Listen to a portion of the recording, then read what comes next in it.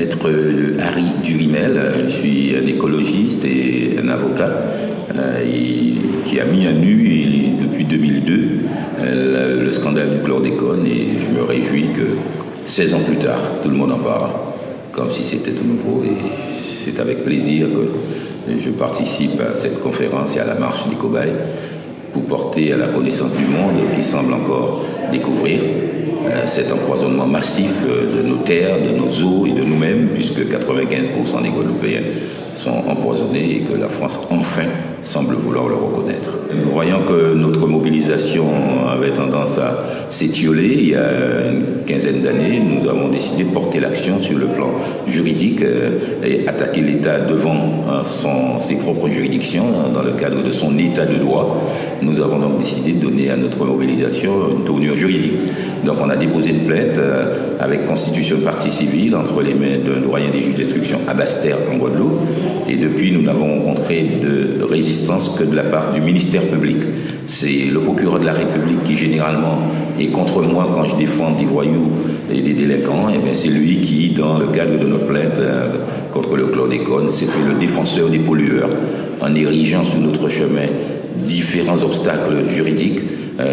qui sur la recevabilité, qui sur le montant de la consignation, qui sur le lieu de traitement de notre plainte, a tout fait pour nous dégoûter et nous dissuader de poursuivre cette action. Et même quand on a tout surmonté en allant jusqu'à la Cour de cassation, lorsque nous avons fini de mener la guérilla sur la forme, nous avons pu enfin aborder le fond après que la Cour d'appel de Paris ait dit que l'action du procureur en vue d'annuler toute la procédure était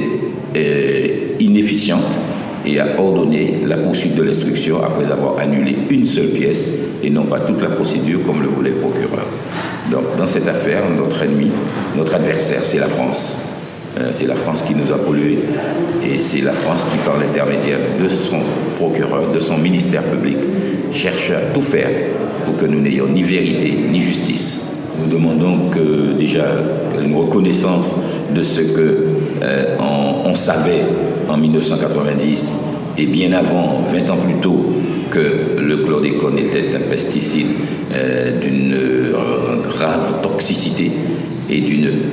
rémanence multiséculaire, puisqu'on nous annonce pour 700 ans la pollution de nos terres et de nos eaux.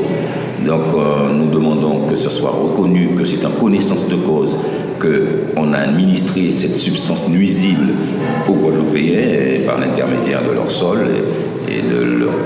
leurs eaux. Et donc cette reconnaissance de ce qu'en connaissance de cause on nous a empoisonnés, et puis condamner les coupables, condamner les pollueurs à payer ne serait-ce que les recherches afin de trouver des solutions de dépollution, afin de mener des politiques de prévention, de dépistage systématique, puisqu'aujourd'hui, il nous est interdit de savoir quel est le taux de chlordécone qu'on a dans le sang. C'est réservé à la recherche. Vous ne pouvez pas aller au laboratoire et mesurer quel est le taux de chlordécone que vous avez dans le sang, alors qu'il est dit qu'à compter de certains taux, vous faites inéluctablement un cancer de la prostate. Donc, dans un pays où 500 personnes déclarent le cancer de la prostate par année sur 450 000 habitants et que 100 personnes en meurent chaque année, pour nous c'est une véritable épidémie. Donc nous priver du droit de savoir quel taux qu'on a dans le sang, c'est faire la politique de l'autruche et nous condamner à une mort sans savoir pourquoi.